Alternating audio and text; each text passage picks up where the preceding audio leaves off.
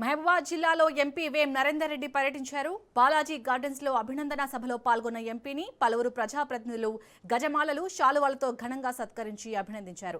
2.5 ఏళ్ల కాంగ్రెస్ పాలనలో సంక్షేమం, అభివృద్ధిని సమపాలలో పరుగులు పెట్టిస్తున్నామని అన్నారు. అధికారం చేపట్టిన తొలి రోజే మహాలక్ష్మి పథకంలో భాగంగా ఉచిత బస్సు ప్రయాణం, ఉచిత విద్యుత్ అందించామని తెలిపారు. గత బీఆర్ఎస్ ప్రభుత్వ హయాంలో 2 పడక గదులు కట్టించి ఒక్కరికి కూడా ఇవ్వలేదని, కాంగ్రెస్ ప్రభుత్వం పేదల సొంతింటి కలను నిజం చేస్తూ నియోజకవర్గానికి 3,500 చొప్పున ఇళ్లను మంజూరు చేశామని ఎంపీ నరేందర్ తెలిపారు.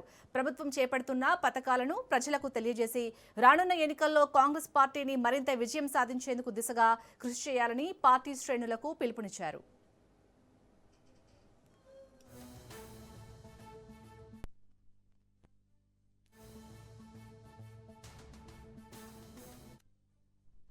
$409 ఎకరాలు ఎక్కడ లేదు ఈ విధంగా ఓవర్ నైట్ 24 అవర్స్ లోపల మనం సర్వే చేయించి 409 ఎకరాలు ఇలా కేంద్ర ప్రభుత్వం రైల్వే శాఖకు ఒప్పజెప్పినాం. మహబూబాబాద్ రూపురేఖలు మారాలంటే తప్పకుండా ఇక్కడ వ్యాగన్ వర్క్ షాప్ సంబంధించి రావాల్సిన అవసరం ఉన్నది.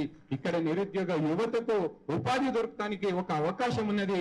చుట్టుపక్కల ఉన్న శాసనసభ్యులు, మన స్థానిక శాసనసభ్యులు మురళీ నాయక్ గారు, రామచంద్ర నాయక్ గారితో పాటు మిగతా వాళ్ళను కూడగట్టుకొని ప్రభుత్వం, కేంద్ర ప్రభుత్వం మీద ఒత్తిడి తీసుకొచ్చి దాన్ని సాధించే లక్ష్యంగా మేము పనిచేస్తామని చెప్పి తెలియజేసుకుంటూ, మొదటి రోజు అధికారంలోకి రాగానే వెరీ నెక్స్ట్ డే ఈ రాష్ట్రంలో సగ జనాభా అయిన 2 కోట్ల మంది మహిళలకు ఇవాళ ఉచిత బస్సు సౌకర్యం కల్పించిన మాట వాస్తవం కాదా అని చెప్పి ఇవాళ ఆలోచించవలసిన అవసరం ఉన్నది.